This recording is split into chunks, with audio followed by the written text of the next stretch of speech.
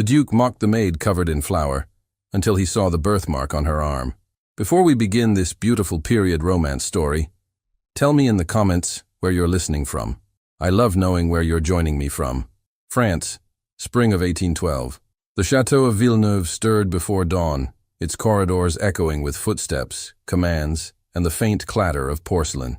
In the great kitchen, Elise Moreau bent over a wooden table, her sleeves rolled to the elbow, white flour dusting her dark hair. She moved swiftly, shaping loaves, folding cloths, obeying orders shouted from every corner. The servants whispered that the Duke would pass through that morning to inspect preparations. That alone made hands tremble and tempers flare. "Elise, fetch more flour," cried Madame Rousseau, the cook, her voice sharp as her knife. "And mind your footing, child. We cannot have chaos before His Grace appears." "Yes, madame," Elise answered, brushing her cheek with her wrist. She carried the heavy sack from the storeroom, her steps light but hurried. The floor gleamed from the morning's polishing, too smooth for the worn soles of her shoes. One careless stride, and she slipped. The world turned white. The sack burst, filling the air with a cloud of flour. Trays fell, a jug shattered. The sound echoed through the corridor just as a tall figure stepped into the doorway. The laughter and chatter died instantly. The Duke of Villeneuve stood there, dressed in dark mourning attire, his expression unreadable. He surveyed the chaos, his gaze stopping on Elise, who knelt amid the spill, her apron, face, and hair covered in white dust. "What?" he said slowly, his voice low and precise. "Is this spectacle?" No one answered. Elise tried to rise, her knees slipping on the powder. "I beg your pardon, Your Grace," she stammered. "It was my fault, Her apology only deepened the silence. The Duke's brow arched. "Indeed your fault. A servant's clumsiness dressed as tragedy. Tell me, do you intend to serve the guests like this? Covered in flour, on your knees before me." A few of the younger maids hid nervous smiles. The Duke's tone, cold and clipped, carried easily through the hall. Elise lowered her eyes. "I meant no disrespect, Your Grace. I will clean it at once." He turned slightly toward Madame Rousseau. "Does your kitchen now train jesters? I thought I commanded a household of dignity." "Your Grace," the cook murmured, bowing her head. "The girl works hard. It was only an accident." "Accidents are the luxury of the idle," he replied. "Remove her from the main hall. I will not have the Duke's guests entertained by servants who tumble through flour like children at play." The words landed heavy in the room. Elise bowed deeply, unable to speak. She gathered the broken jug, her hands trembling. The Duke's voice followed her as she retreated. "Next time, ensure the floors remain as spotless as your apron should have been. Or perhaps find employment in a bakery where you can roll in dough without consequence." The laughter that followed, light, cruel, obedient, burned deeper than any wound. When Elise reached the corridor beyond the kitchen, her vision blurred. She pressed her hands against the cool stone wall and drew a shaky breath. She had grown used to harsh words, but never before had she been humiliated before the entire staff. The laughter echoed behind her long after she left the room. "Pay him no mind," murmured a voice. It was old Madame Rousseau, following quietly.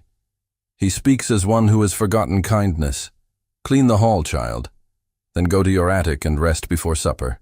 The day will pass." Elise nodded, without lifting her eyes. "Yes, madame." The hours that followed dragged like years. She scrubbed the floor until her hands ached, the marble gleaming once more. Every trace of the accident disappeared, except the sting in her chest. When the other servants left to dress the upper floors, she remained alone, folding cloths, sweeping corners that were already clean. The Duke's laughter stayed in her ears. She had not imagined it. It had been real. Deliberate. Perhaps he was right. She was no one of consequence, merely a maid who had dared to breathe in a world of lords and ladies. Yet a quiet defiance stirred within her. She whispered, "He may laugh, but I will not cry where he can see." Evening fell. The sun sank behind the vineyards, painting the high windows gold. Upstairs, the nobles prepared for the grand masquerade that would fill the chateau with color and music. In the kitchen, only Elise remained. The others had gone to rest. She sat by the hearth, mending a torn apron under the faint glow of a single candle. The sound of footsteps startled her. She turned, expecting Madame Rousseau, but saw no one. She shrugged it off and bent again to her sewing. Upstairs, the Duke had dismissed his valet. He could not sleep. Pride should have drowned the discomfort stirring in his chest, yet something in that girl's bowed head lingered. He told himself it was irritation, but the memory of her trembling hands refused to fade. He recalled the sound of his own laughter. How easily it had escaped him. How cruel it had sounded in that echoing hall. He rose, taking a lamp, and descended the servants' staircase. The corridors were silent except for the faint hum of the night wind against the windows. He entered the kitchen quietly. Elise did not hear him at first. She was speaking softly to herself as she folded the linen. "You'll not break, Elise. Not for them, not for anyone." Her sleeve slipped as she reached to move a basket. A mark glimmered faintly in the lamplight. A pale crescent on her upper arm, as though the moon itself had brushed her skin. The Duke froze. For a heartbeat he could not move, could not breathe. A memory, long buried, rushed forward. A baby in a cradle, the sound of his sister's laughter, a nurse's cry, and then silence. 15 years of silence. He stepped closer, his voice barely more than a whisper. "What is your name?" Elise startled, dropping the cloth. She turned and gasped when she saw him standing there. "Your Grace, I did not hear you. Forgive me, I asked your name." "Elise, Your Grace, Elise Moreau." The Duke's gaze did not leave the mark on her arm. "Where were you born?" She hesitated. "In a small village near Angers, my lord. My mother died when I was a child. I have no memory of her. And your father?" "I never knew him." The Duke set the lamp on the table, his expression unreadable. "How long have you served in this household?" 3 years, my lord."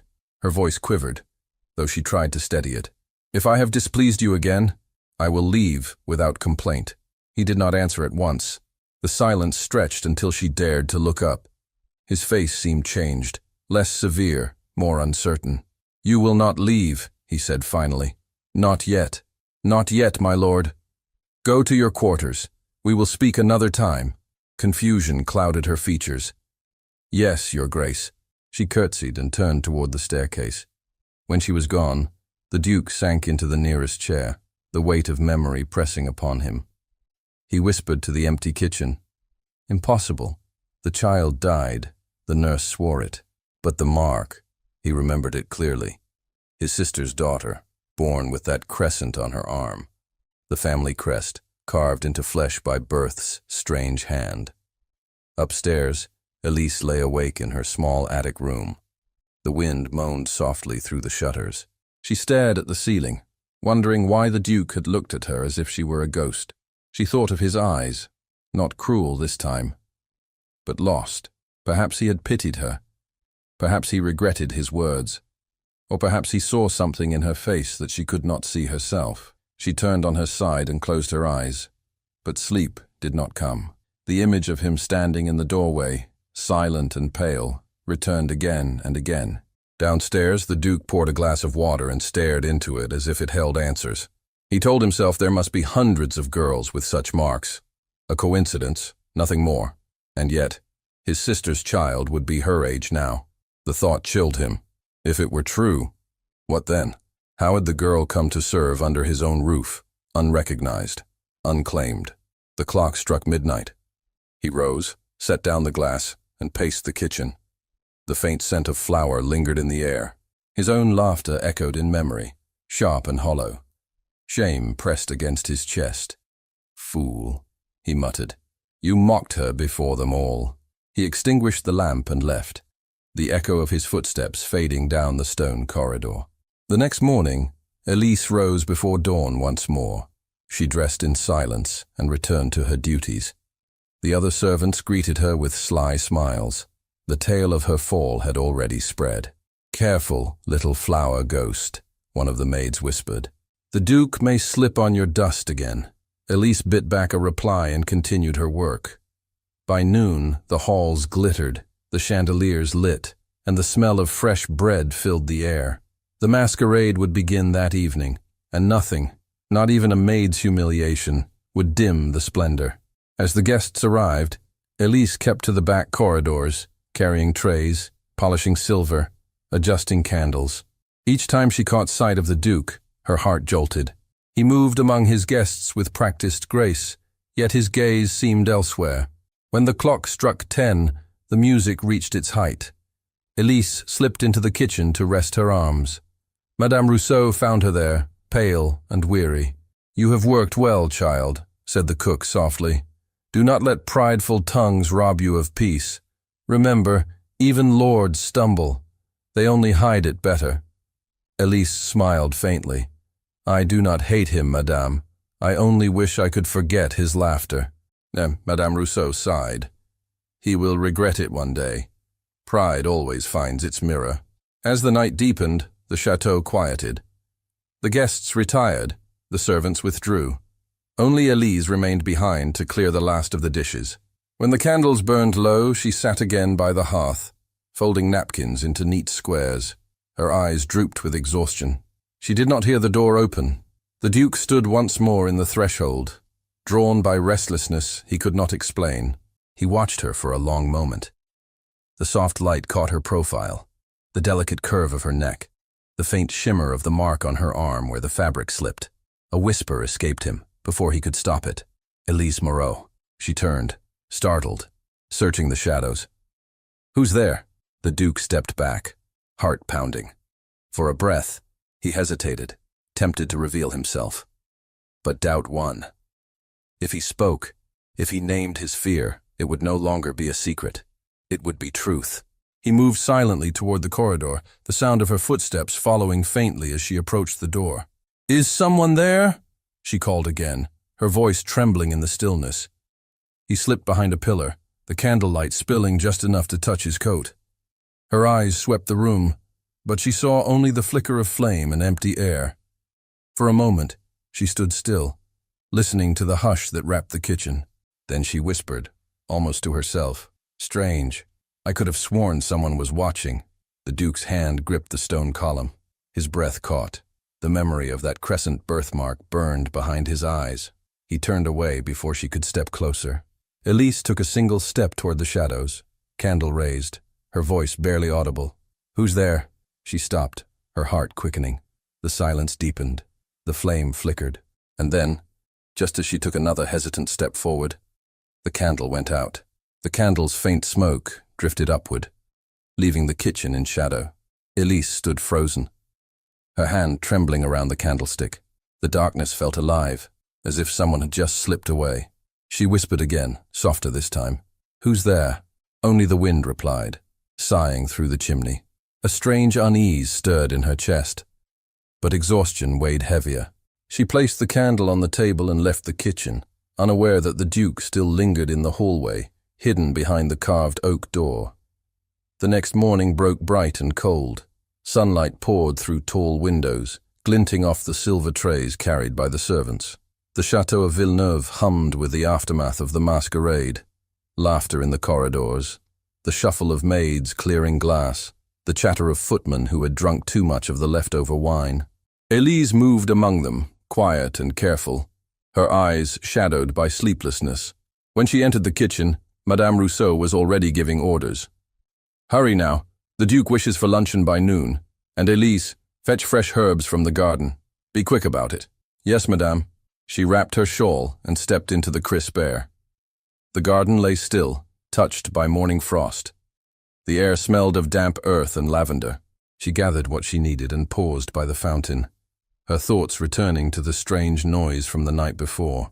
She had not imagined it. Someone had been there. The memory of that unseen gaze made her heart tighten. From the upper terrace, a voice interrupted her thoughts. "Mademoiselle Moreau." She looked up sharply. The Duke of Villeneuve stood above her, gloved hands resting on the stone railing. He was dressed in dark velvet, his face unreadable. For a moment, neither spoke. Then he descended the steps, his boots crunching softly against the gravel. Your Grace, she murmured, curtsying low. You were in the kitchen late last night, he said. Her breath caught. Yes, my lord. I was cleaning after the feast. He studied her face with that same unsettling intensity she had seen before. Did you see anyone? Hear anything unusual? She hesitated. Only footsteps, perhaps. But when I looked, there was no one. He nodded slowly. If you notice anything else, inform Madame Rousseau. Yes, my lord. She turned to go, but his voice stopped her. Wait. She looked back. Your arm, he said quietly. Does that mark? Has it always been there? Her eyes widened. My mark, my lord? The one on your arm? She flushed, instinctively tugging at her sleeve. Since birth, I believe. It is nothing worth notice. Perhaps, he murmured, his gaze lowering briefly. That will be all, Elise. She hurried away, her heart pounding. Why would he ask such a thing? What could a birthmark matter to a duke? She told herself it was nothing, yet unease followed her back to the kitchen like a shadow she could not shake. By afternoon, the chateau was alive with gossip. The servants whispered that the duke had been seen speaking with the flower-covered maid in the garden. The tale twisted with every retelling. Some said he had scolded her again. Others claimed he had smiled. The truth mattered little. The rumor was enough to set tongues wagging. At the servants' table, Elise felt the weight of their glances. Two maids snickered softly. One leaned close and whispered, Careful, Elise. His Grace may take a liking to you yet. Perhaps he enjoys a bit of flour on his fine boots. Enough, Elise said, her cheeks burning. You speak nonsense. They only laughed harder. Oh, we mean no harm. Only that you've caught his eye. Madame Rousseau's sharp voice cut across the room. You'll catch my ladle across your heads if you don't hush. Eat your supper and leave the girl be. The laughter stopped, but Elise felt no relief. After the meal, she stayed behind to wash the dishes. The cook joined her quietly. Pay no mind to gossip. It dies faster than bread left in the sun. I am not angry, Elise said softly. Only confused. The Duke. He looked at me as if I reminded him of someone. It frightened me a little. Madame Rousseau stirred the pot of broth. The Duke has lived with ghosts for many years. Perhaps you only walked across one of his memories. What do you mean? His sister, child. She lost a daughter long ago. A tragedy that left him bitter. No one speaks of it now.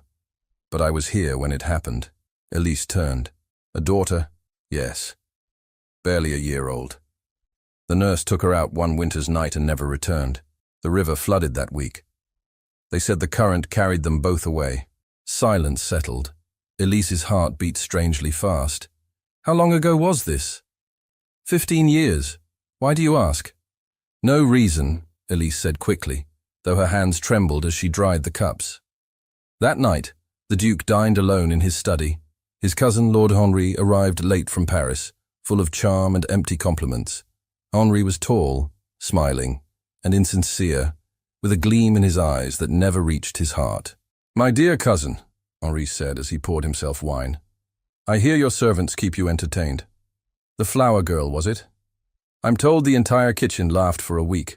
The Duke's jaw tightened. Your news travels faster than your manners, Henri chuckled. Come now, I jest. Though if you mean to scold me, do it tomorrow. Tonight let us drink to family and fortune. The Duke did not smile. Some fortunes are built on loss, Henri. I do not drink to that. Henri raised a brow.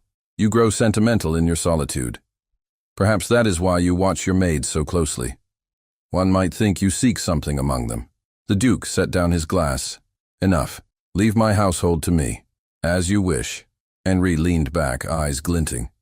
But I should warn you, whispers of favoritism reach the strangest ears. It would be unfortunate if society mistook your curiosity for impropriety. The Duke rose, his voice cold. You may leave now. Henri smiled thinly and obeyed. But when he reached the door, he turned. Blood, ties, and secrets, cousin. They make fools of even the proudest men. Then he was gone. The Duke stood alone, the firelight flickering against the portrait of his late sister on the wall. Her painted eyes seemed to follow him. If it were truly your child, he murmured, I would know. Yet even as he said it, he knew doubt had already taken root. The following day, Elise avoided his path, keeping to the lower corridors. The servants' gossip had grown sharper, crueler. Whenever she entered a room, the conversation shifted. One afternoon, while polishing silver, she overheard two footmen near the stairwell. "I tell you, the Duke looks at her as if she were a lady in disguise," one said. "Ha, then why keep her scrubbing floors?" "Because she's not just anyone," the first replied. "My aunt served here once. She says the Duke's sister lost a babe, marked by the moon on her arm." Elise dropped the cloth. The sound echoed. The footman turned and laughed. "Eavesdropping, are we?" one teased. "Perhaps you know more than you should." She forced a steady breath. "Only that you speak of things unfit for jest." They shrugged and walked off, still laughing. But the words clung to her. A mark shaped like a moon. Her mark. That evening, she could not rest. She sat by the narrow window of her attic room, staring at the sky. The moon hung high, pale and curved like the faint scar on her arm. "It cannot be," she whispered. "It means nothing. Nothing at all." Downstairs, Madame Rousseau extinguished the last lamp and turned toward the stair. She froze when she saw a shadow slip across the corridor, a figure moving silently toward the servants' wing. The Duke. He carried no light. In the attic, Elise startled at a soft knock on her door. She opened it to find Madame Rousseau, breathless. "Child, you must be cautious," the old woman whispered. "Someone watches you." "Who?" "I do not know. But the Duke asks too many questions and others notice. It is not safe to be the subject of a nobleman's curiosity. I have done nothing wrong. Perhaps not. But innocence is no shield when envy takes aim. Stay out of sight when you can." Elise nodded, though her hands shook. "Thank you, madame." After the cook left, Elise closed the door and sat on the edge of her bed. The floorboards creaked above as the wind rattled the shutters. She drew the blanket around her shoulders and whispered, "If only I knew who I truly am." At dawn, a commotion broke out in the corridor. Servants whispered, huddled in corners. Elise hurried down to find Madame Rousseau, speaking urgently with the butler. "What happened?" she asked. The butler's face was grave. "The Duchess's golden locket is missing. It was last seen yesterday in the drawing room. The Duke demands an accounting of every servant who entered." A murmur of alarm spread. Elise's heart sank. She had been there briefly, carrying linen. By midday, the Duke stood before the assembled servants in the great hall. His expression was calm, but his tone sharp. "The locket of the late Duchess has disappeared. It holds great sentimental value. I will have it returned before nightfall." He paced slowly. "If anyone has knowledge of it, speak now." No one moved. Elise felt the room close in around her. The housekeeper stepped forward. "Your Grace, I hesitate to mention it, but one of the maids was seen near the Duchess's chamber yesterday afternoon. The girl, Moreau." Every gaze turned toward her. The Duke's eyes met hers, unreadable. "Is this true?" I carried linens, my lord. I placed them by the door. I never entered." The housekeeper sniffed. Convenient words from one already favored. Gasps rippled through the room. Elise's face burned. "Favored? I have no favor from anyone."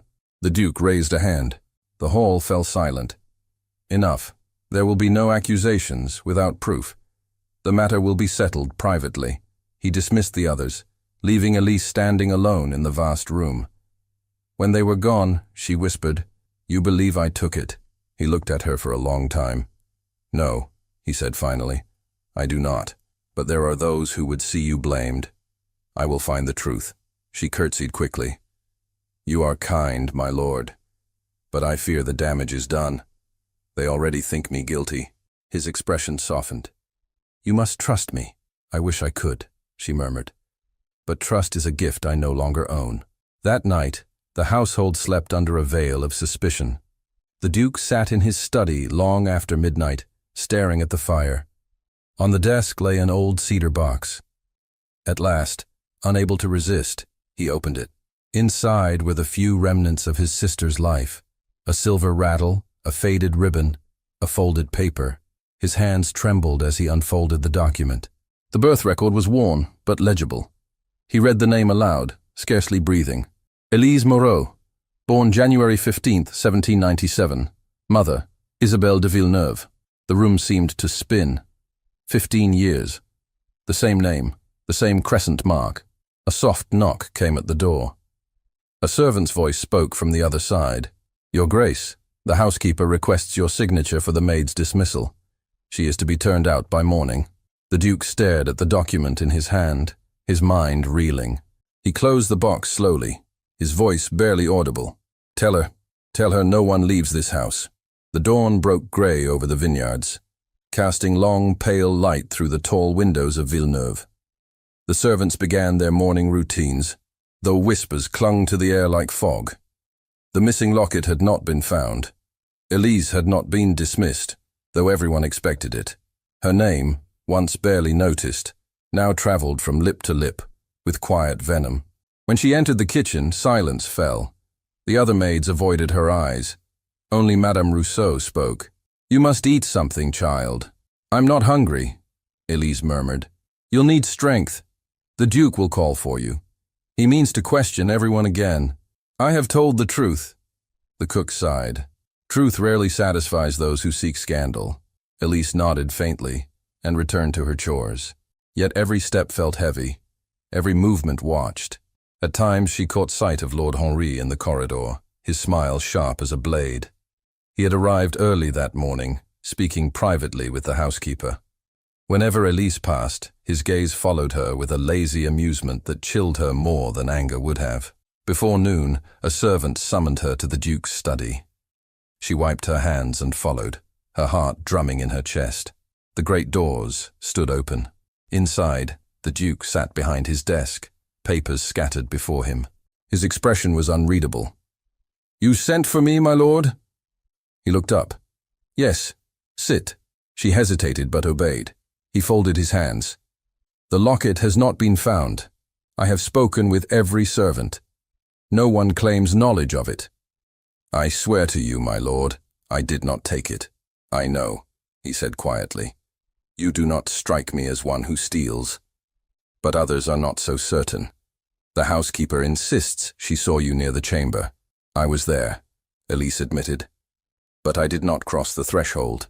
I placed the linens outside and left. The Duke studied her face. When you were accused, you did not defend yourself. What defense has a servant before her master? My word weighs nothing against the housekeeper's. Something in her calmness unsettled him. Your word weighs more than you think. Her eyes flickered with surprise. You believe me, then? I do. For a moment, the room felt strangely quiet. He wanted to tell her why, to explain the proof hidden in his desk, the birth record with her name. But caution held his tongue. Too much, too soon, could ruin everything. Instead, he asked softly, Elise, do you remember your childhood, your family? She blinked. I remember little. My mother died when I was small. I was told my father left before I could speak his name. I worked where I could, served where I was taken. Did you ever wear a locket? A locket? She frowned. No, my lord. I have owned nothing of value. He exhaled slowly. Very well. You may go. She stood, uncertain. Your Grace, why do you look at me so? He almost smiled. Because you remind me of someone I once knew, someone I wronged.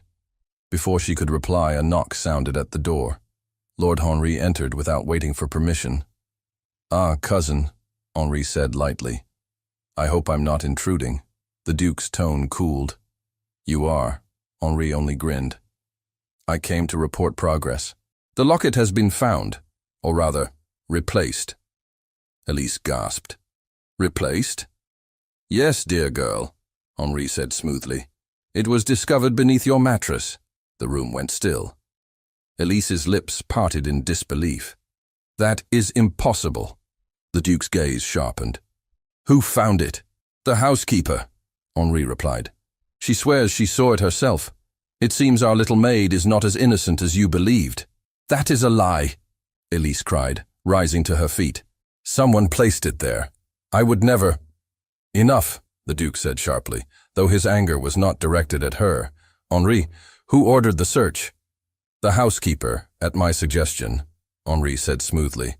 Surely you would want your property returned. The Duke's eyes flashed. My property, perhaps, but not at the cost of justice. He turned to Elise. Go to the kitchen and wait for me there. Do not speak to anyone. Her face was pale. Yes, my lord. She left quickly, her hands trembling. When the door closed, the Duke rounded on his cousin. You dare search my servants' quarters without my consent? Henri's smile thinned. I only acted in your interest. The girl has bewitched you, cousin. I see it plain as day. Better to expose her now than let gossip destroy you later. You planted it, the Duke said softly, the words heavy with certainty. Henri feigned outrage. I? You insult me. The Duke stepped closer.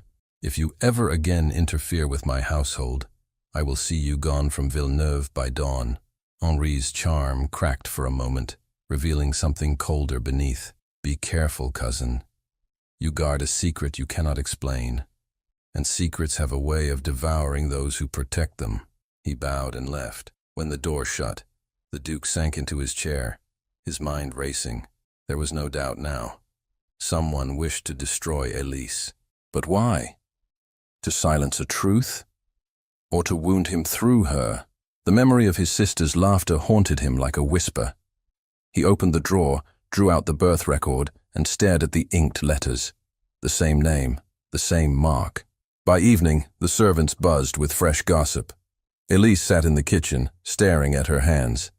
Madame Rousseau tried to comfort her, but the girl seemed distant, lost in thought. Do not let them break you, the old cook said gently. The Duke will see through their tricks. I'm not sure he can, Elise whispered. They all hate me now. Even if he believes me, what difference will it make? Before Madame Rousseau could reply, the Duke entered. The room fell silent. He looked around, his voice calm but firm. Leave us. The servants scattered until only Elise and the Duke remained. Elise, he said, someone has used the locket to harm you. I will not allow it. Her eyes lifted slowly to his. You should let them dismiss me, my lord. It will spare you trouble. No, he said. Leaving would serve them. I mean to find who did this. Why do you care? She asked quietly. He hesitated. Because I owe you a debt I can never repay. Her brow furrowed. I do not understand. One day you will. He turned to go, but she reached out suddenly, her voice breaking. Your Grace, I cannot bear their eyes upon me. They whisper when I pass. They laugh behind doors. I have done nothing, yet I am guilty in their hearts. He faced her again, his expression softening. Then trust in mine. I will protect you. For the first time she saw something human in his gaze, a warmth hidden beneath the weight of his title. Her throat tightened. Thank you, my lord. He left her then, but the echo of her gratitude followed him down the corridor. Later that night he sought out Madame de la Roque, the old governess who had once cared for his sister's child. She received him in a dim parlor filled with the scent of lavender and dust. My lord, she said nervously, it has been years since I have seen you. To what do I owe this visit? He remained standing. You once served my sister. You remember her daughter? The woman's hands trembled. Of course, Your Grace. A tragic loss. Was it? His voice sharpened. Tell me again how the child died. Madame de la Roque swallowed hard. The nurse took her walking by the river. The water rose suddenly. They were never found. Convenient, he said coldly. And yet a child matching her age and mark now lives under my roof. The governess's face went pale. Impossible. Is it? Her name is Elise Moreau. She bears the crescent birthmark on her arm. The woman's lips quivered. That cannot be. Unless what? She shook her head. No, I cannot. You will, he said quietly. Her eyes filled with tears. I was told to say the child had drowned. There were reasons. Your sister's husband was gone, her name already questioned. The nurse fled with the baby to save her from scandal. I was sworn to silence. When word came of the nurse's death, I assumed both were lost. The Duke's fists clenched. Who told you to keep silent? Madame de la Roque hesitated. Your uncle, Lord Henri's father. He stepped back, the truth sinking like a stone in his chest. So the lie was born of ambition. He sought to secure his own son's inheritance, she whispered. I feared to oppose him. Forgive me, my lord. I believed the child gone forever. The Duke drew a slow breath. Then she is indeed my sister's daughter. The governess nodded, tears spilling down her cheeks. Not a servant, he murmured, but my blood. When he returned to the chateau, the halls were silent. He found Elise alone in the kitchen again, her candle burning low. She looked up as he entered, startled. My lord, she said softly, you should not be here. He ignored the words and stepped closer. Elise, I know the truth now. The truth? You were wronged long before you entered this house. You are not who they believe you to be. I don't understand. He reached for her hand, hesitated, then let it fall. You bear a mark, shaped like a crescent. Yes. So did my sister's child. You are her daughter. Her eyes widened. That cannot be. I have proof. The birth record. The governess confessed. You were hidden to protect the family's name. Elise shook her head, tears springing to her eyes. No, I am only a maid. I belong nowhere. You belong here, he said firmly. You are the rightful Lady Moreau de Villeneuve. She covered her mouth, her breath trembling. You cannot mean this. I do, and I will see your name restored. For a long moment, neither spoke. The candle flickered between them. Then she whispered, Why tell me now? Why not keep it secret? Because secrets have already destroyed too much. I will not let them claim another life. She sank into a chair, overwhelmed. If this is true, what will happen to me? To you?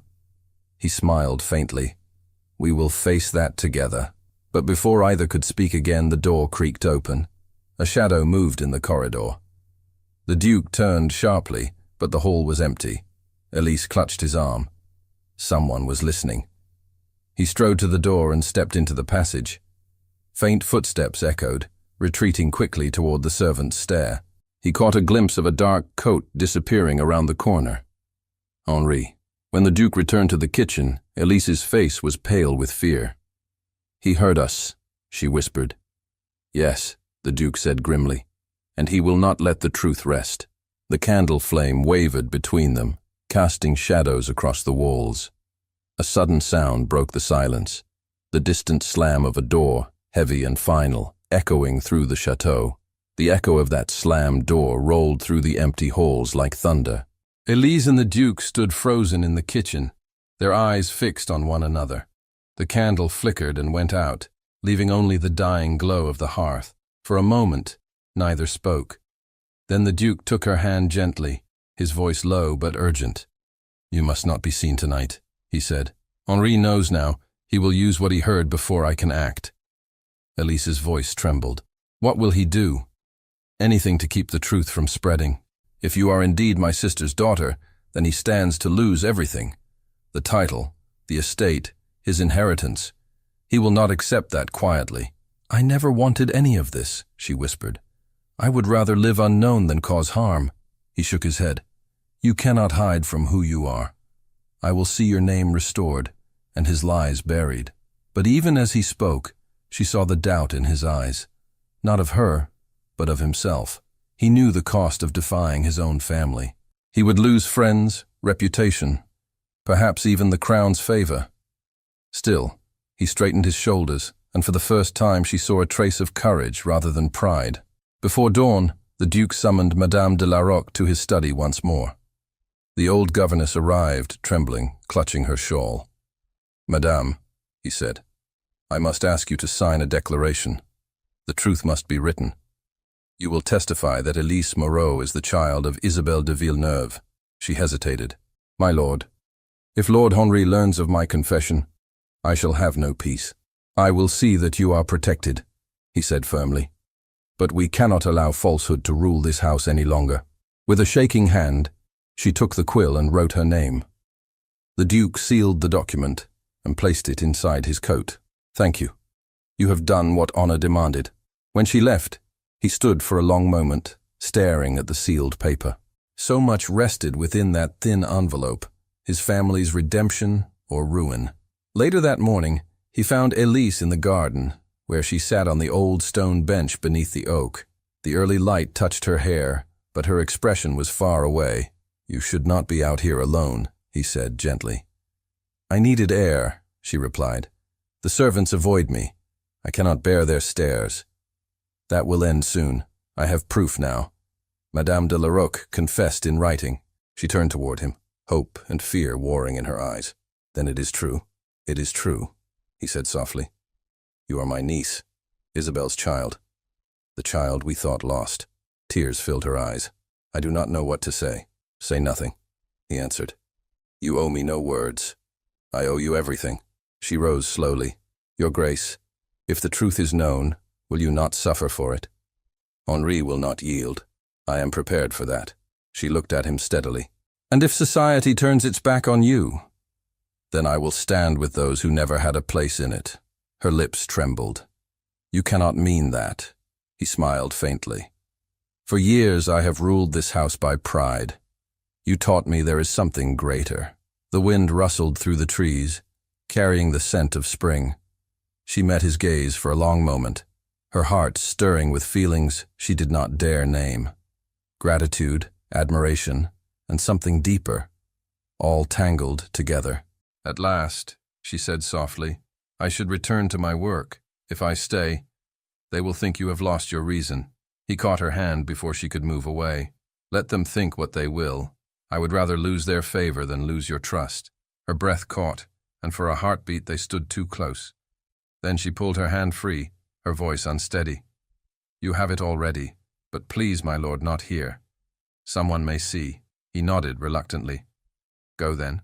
Tonight I will call the household together. The truth will be spoken before them all. She turned to leave, but paused at the garden gate. Whatever happens, I thank you. Not for your name or protection, but for your kindness when I expected none. After she left, the Duke remained beneath the oak, his thoughts restless. The confession lay in his coat pocket, heavier than stone. He knew that by nightfall, every life within these walls would change. The day passed in uneasy silence. The servants sensed something brewing. Lord Henri stayed mostly to his rooms, though his presence seemed to linger in every shadow. Once, the Duke passed him in the corridor. Henri inclined his head with polite disdain. Cousin, he said smoothly, you seem preoccupied. Has your little protégée recovered from her recent distress? The Duke's eyes hardened. You will show her respect. Henri laughed softly. Respect? For a servant who dreams herself noble? For my niece, the Duke said, his voice low. Henri's smile faltered. You truly mean to claim her? I do. Then you destroy everything your father built. No, the Duke replied. I restore what he destroyed. Henri stepped closer, his voice dropping. You think proof will save you? No one will believe it. The court will say you invented it out of guilt or madness. And when they do, I will be waiting to inherit what you lose. The Duke turned away, unwilling to waste another word. That evening, Elise prepared to leave the chateau. Though he had forbidden it, she could not bear to remain. Her small trunk was packed, her apron folded neatly atop it. When Madame Rousseau found her, she was fastening her cloak. You cannot go, the cook said, alarmed. I must, Elise replied. If I stay, he will suffer for my sake. Henri will destroy him. The Duke is not a man easily destroyed. He was once, and I was the one he humiliated before them all. I cannot let him face shame because of me. Before Madame Rousseau could argue further, a knock sounded. The Duke stood in the doorway, his expression grave. So it is true. You meant to leave without a word. Elise bowed her head. Forgive me, my lord. It is better this way. Better for whom? For Henri? For gossip? For you, she said softly. You have already done more for me than I deserve. If I remain, they will accuse you of folly, of loving you, he interrupted quietly. Her breath caught. You must not say that. It is the truth. She shook her head, tears brimming. You pity me. That is all. No, he said. Pity asks nothing. Love asks everything. The words hung between them. She turned away, unable to speak. I will not let you go, he said firmly. Not like this. Stay one more day. Tonight I will make the truth known. Tomorrow you may choose your own path, free of lies. Her voice was barely a whisper. And if the truth ruins you, then ruin shall be my redemption. She looked up at him then, her eyes shining. You have changed, my lord. He smiled faintly. Perhaps I have only remembered who I was before pride buried me. That night, he ordered the household assembled in the great hall. The servants gathered uneasily, exchanging glances. Lord Henri stood among them, outwardly calm, but with a shadow of fury in his eyes. Elise stood near Madame Rousseau, her hands clasped tightly.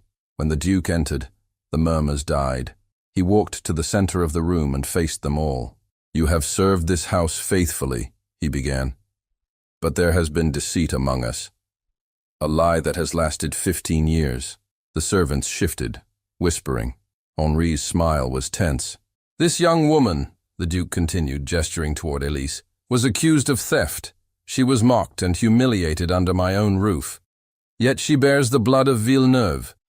She is Isabel's daughter, my sister's child, hidden from us through deceit." Gasps filled the hall. Elise stood motionless, her heart pounding. Henri stepped forward, voice smooth but sharp. "This is madness, cousin. Where is your proof?" The Duke drew the sealed confession from his coat. "Here, signed by Madame de la Roque, witnessed by my seal." Henri laughed bitterly. "An old woman's word against a family's honor. No one will believe it." "They will," the Duke said, "because I will swear it before the crown." The silence that followed was heavy. Then Henri spoke again, softly, venomously. "You are throwing away everything. Your title, your standing. For a servant girl you scarcely know." The Duke met his gaze. "For truth, not for appearances. You fear her because she ends your claim." Henri's face paled. "You will regret this." "Perhaps," the Duke said, "but not as much as I regret the day I mocked her." He turned to the assembled staff. "From this moment, she is to be treated with the respect due her birth. Any who dishonor her dishonor me." The servants bowed, stunned into obedience. Henri's hands clenched at his sides, but he said nothing more. After the gathering dispersed, Elise approached the Duke, her voice trembling. "Why have you done this? You have shamed yourself before them all." "Truth cannot shame," he said gently. "Only lies can. They will never accept me. Then they will learn." She looked at him helplessly. "What am I to do now? I cannot live as a lady. I know nothing of that world." "Then live as yourself," he replied. "That is enough." Her tears fell freely then. "You have given me back a name, but I would rather have given it to you." He reached out, brushing a tear from her cheek. "You owe me nothing, Elise, but if you choose to stay, know that you will never again stand alone." She closed her eyes, her heart aching with a mixture of gratitude and sorrow. "I should still go. Tomorrow, before the dawn. Do as you must," he said softly. "But remember, this will always be your home." She hesitated, then whispered, "Good night, my lord." When she left the hall, he stood alone for a long time, staring at the flickering torches.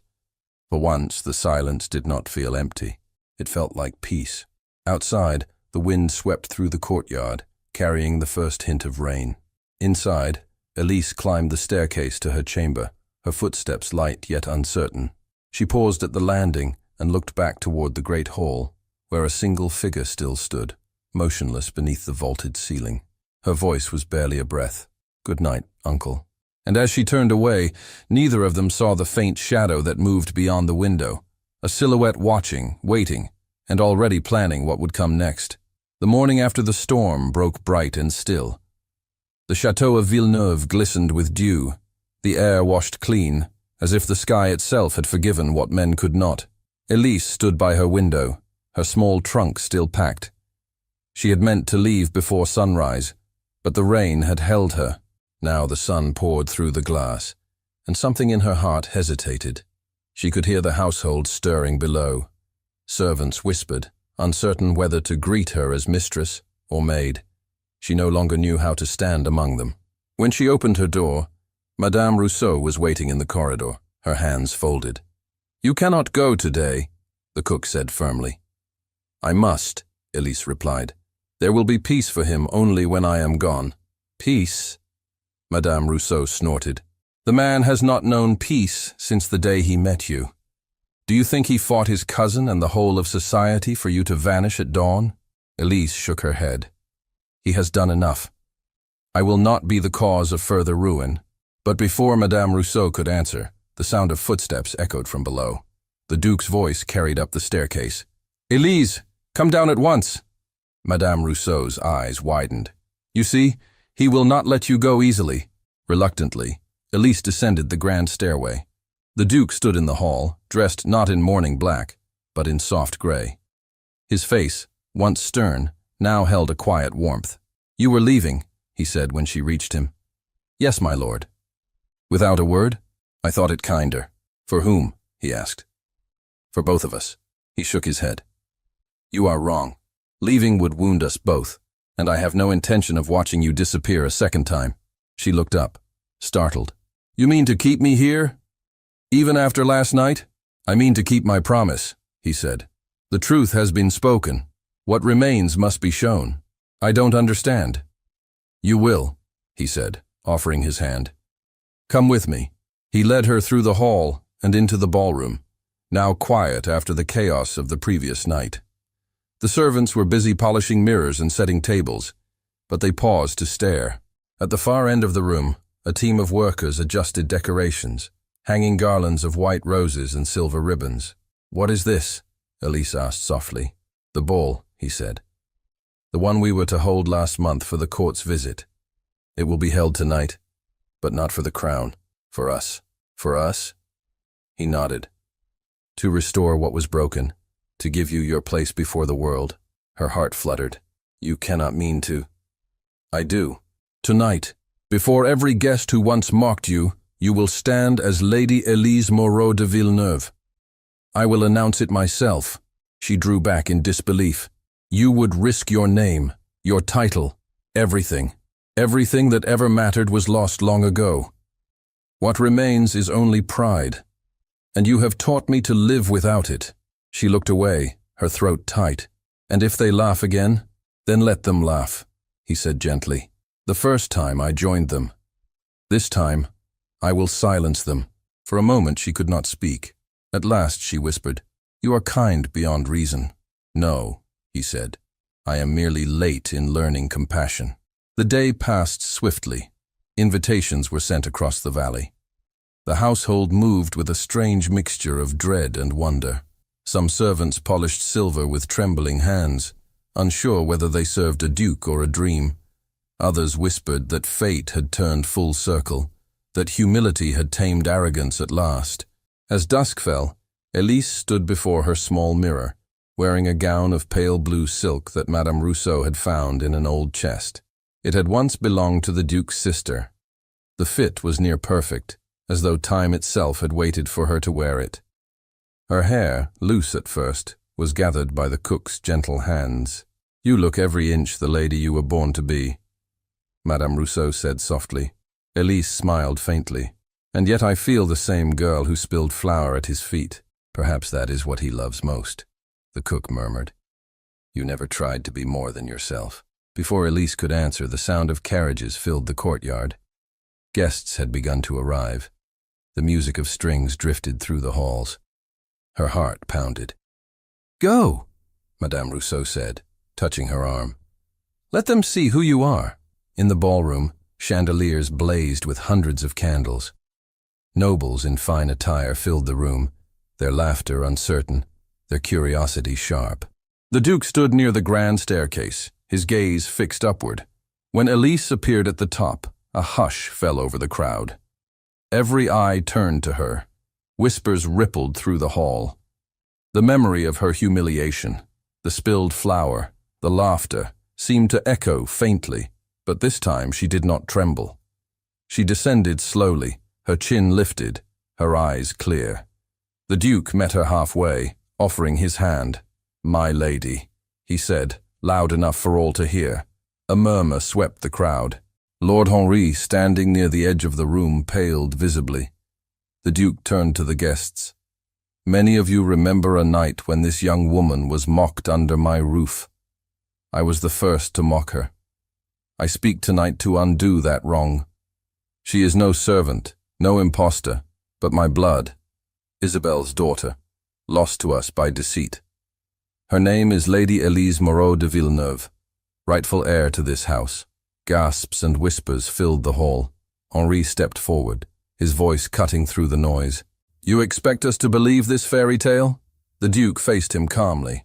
"I expect nothing. The truth stands whether you honor it or not." He turned to Elise and opened a small velvet box. Inside lay the Duchess's golden locket, now restored. "This belonged to my sister," he said. "It was stolen, then found. Its journey mirrors yours, cast aside, then reclaimed." He fastened it around her neck. "Welcome home." Tears welled in Elise's eyes. "You have given me more than a home, my lord. You have given me myself." A soft murmur of approval moved through the room. Even those who had doubted could not deny the grace of the moment. Henri, his face ashen, turned on his heel and left the hall without a word. The orchestra began to play, hesitant at first, then sure. The Duke extended his hand. "Will you dance with me, my lady?" Her voice trembled. "I do not know the steps. Then follow me. I once led through arrogance. Tonight, I will lead through trust." She smiled faintly and placed her hand in his. The music rose. The crowd parted as they began to move. His hand at her waist, her fingers resting lightly on his shoulder.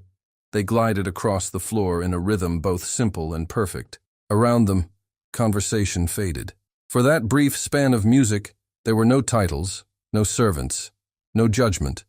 Only two souls who had found each other through forgiveness. When the music ended, the guests erupted in applause. Elise's cheeks flushed, her breath unsteady. The Duke bowed before her, then whispered so only she could hear, "You have freed me from myself. And you," she answered softly, "have taught me to believe again." The evening continued in a haze of music and laughter.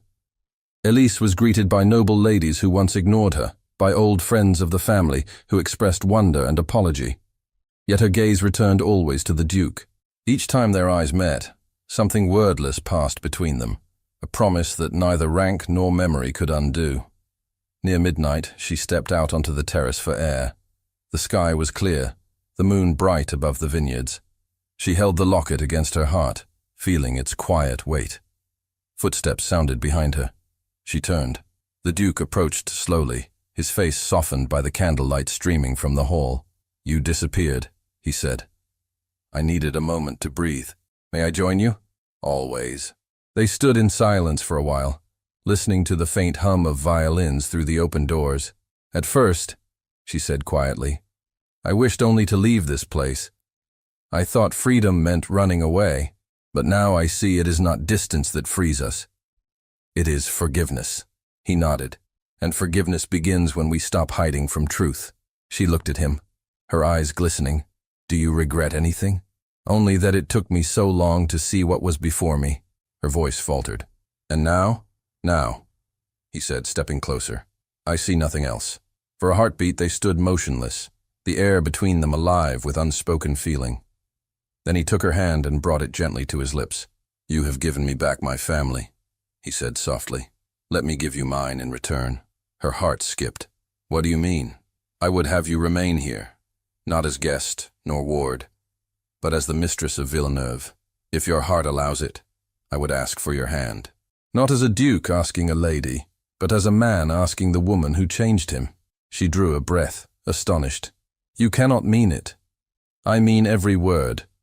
I would rather be scorned beside you than praised without you." Tears spilled down her cheeks, though she smiled through them. "You once mocked me for falling in flower, my lord." He smiled faintly. "Then let it be known that I have fallen far deeper since." A laugh escaped her, soft and trembling. "You would risk scandal for me?" "For love," he said simply. "And love is scandal enough." She looked at him for a long moment, the moonlight catching in her tears. Then she nodded. "Yes, I will stay. I will marry you. Not for your name, but because you are no longer the man who mocked me." He drew her close, his arms around her, his voice low. "And you are no longer the girl I humiliated, but the woman who taught me mercy." The music inside swelled again, the first notes of a waltz. He guided her back toward the ballroom, where the guests watched in stunned silence as the Duke led her to the center of the floor once more. He raised her hand, his voice ringing clear. To those who witnessed my cruelty once, witness now my vow. Tonight, I ask Lady Elise Moreau de Villeneuve to become my wife. The hall erupted in applause. Elise, overwhelmed, could only smile through tears. The Duke took her hand and kissed it before all assembled. The orchestra resumed, the music bright and full. They danced again, laughter and joy blending into the night. The candles shimmered above them like stars brought down to earth. Around them, faces once filled with pride now softened with grace. As the final notes faded, the Duke whispered against her ear, "Do you forgive me at last?"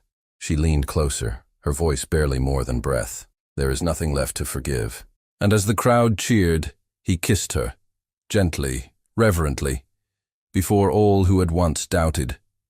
The music swelled once more, and the story that had begun in humiliation ended in light.